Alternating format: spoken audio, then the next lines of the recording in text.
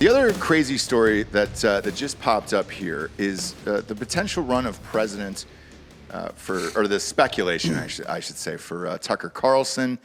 So he just got named to speak at this Iowa summit. Now, typically, Iowa is the state that everybody starts in to kind of gauge the interest of a presidential run. Obviously, you've been on Tucker Carlson many, many times at this point. Did you ever get a sense that he would want to entertain running for president? No. Really? No. Okay, so this is Mediate who reported this. Hard no on that. Do you guys have conversations off air? No. Like this show? I don't really talk to him unless we're talking about work shit, but we don't have casual conversations. But I do believe I asked him if he we were having a conversation off air about people always say, hey, you should get involved in politics because of your fan base and everything else. Well, yeah. you know what the fuck you're talking about. You've got good principles, so why not get involved in politics? And I said, people ask me that a lot, and I always say, because our political system is hopelessly broken. Like, what the fuck is the point? And he says, yeah, exactly. That's why I've never even considered that. So that was a fucking month and a half ago. Oh, no shit. I can't imagine that he's changed in a month and a half. I don't think this, from what little I know about the man, he would not be in any way interested in that bullshit. Yeah, so Robert Costa is the one that was speculating this here and kind of took off today. Tucker Carlson heading to Iowa, home of the presidential caucuses this summer. This particular group's gathering has long been an event attended by Republicans with presidential ambitions, and that's true. That is true, but he's also, I would say, at this point, probably the voice of the right. He's bigger than Hannity now, right? I don't think it's just the right. The voice of reason in a lot of ways might be more appropriate. But, yeah, he's he definitely has the largest fan base of any conservative-leaning person I'm aware of not named Donald Trump, right? Yeah.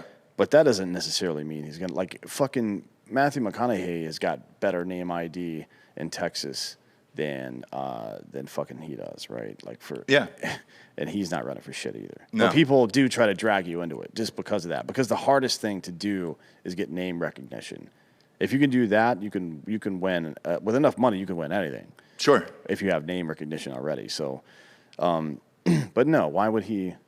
Why? What fucking? This is a man who he works for the most profitable of all of the cable news companies, the one that gets watched the most, the best by any fucking intrinsic measure, right, of success as a business. Fox News is way better than any of the other ones. Yeah. And he chooses to film everything from his way out of the way place in Connecticut or his way the fuck out of the way place in the Florida Keys just to stay away from all that bull, to keep him and his family away from all that bullshit. Doesn't own a TV, right? Like the only TVs he sees are at work. Really? And then he goes home and hangs out with his family and reads and shit. No, he's not running for fucking president. He's not giving up 18 hours of his day every day for the next 8 years, plus whatever time spent campaigning before that. Not one fucking prayer. Yeah, and Bob, happening. There's another guy here on Twitter that, it used to. I'm not seeing that in the last few days. That was a hate recommend for me, is what I like to call it. Rick Wilson, he goes by @TheRickWilson. I fucking hate this guy so much.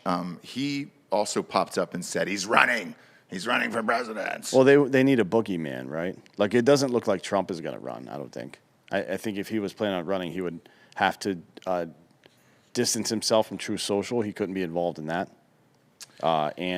Sure. And he would be angling to get on Twitter right now, not saying he's not coming back. My opinion. Rick Wilson is the head of the Lincoln Project, by the way. He's the co-founder. And God damn it, I hate this guy so much. I hate the Lincoln Project, too. Like, across the board. It's just a fucking made up. Yeah, it's nonsense. It's just total nonsense. It's like the fucking Proud Boys for the left. It's just stupid. Well, it's like if you had a row of nice steaks right here, and then there's a pile of shit over there. Well, if you just extend it this far, then it's steaks and shit. Like, cool, man. Well, you changed the rules of the fucking game. The country started when we wrote the goddamn documents, bitch. Not when we fucking showed up here. Shut the fuck up. God damn it, man. Bakari Sellers also stated that as well. I've told anyone who'd listen, he's a dark horse for the GOP nomination. You put bigotry in a Brooks Brothers suit, you have a chance. I don't fucking think Tucker Carlson's a bigot at all. No, not even close. No, dude. No. But they hate him because he's the most famous guy there is on TV. They hate him because they sincerely believe all of the fucking propaganda they hear from MSNBC and CNN. And so if you really believe that shit's true, then the only explanation left as to why they're both failing is that the other side is evil.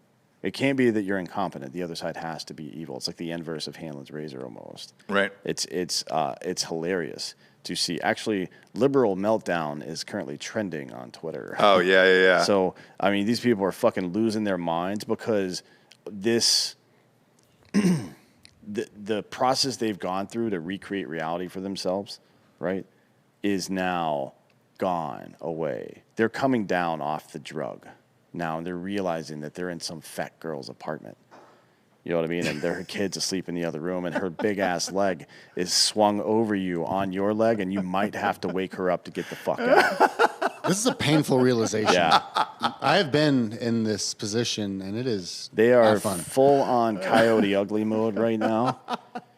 So what they're not going to do is hold any of their own people accountable, or certainly not re-examine their own beliefs and say, hey, maybe I was fucking wrong. No, they're going to come out hard against anybody that challenges the narrative as transphobic. That's the key one now, I guess, for some reason, even though that's all fucking land of make-believe shit, or racist or sexist or something. It'll be something, right?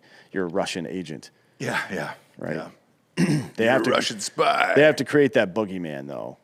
And maybe it's their vision board. They're just putting it out in the universe. I hope Tucker Carlson runs because we've already said that he's a Russian agent, and that would just prove our point, even though that's tautology and doesn't make any fucking sense at all. Mm-hmm. I agree. The last one here is Shane Goldmacher. I guess he does national politics. He's a reporter for the Times. Now, this one is actually pretty funny because this is something you and I have said on the show for years. The old saying that no one ends up in Iowa by accident. Which is true. You've got to have an intent to go to Iowa. Otherwise, you don't go to Iowa. Like I've never heard anyone say, "Oh, hey man, you know where I'm going this weekend? I've always wanted to go there." There are media Iowa. events leading into the political season every fucking year in Iowa.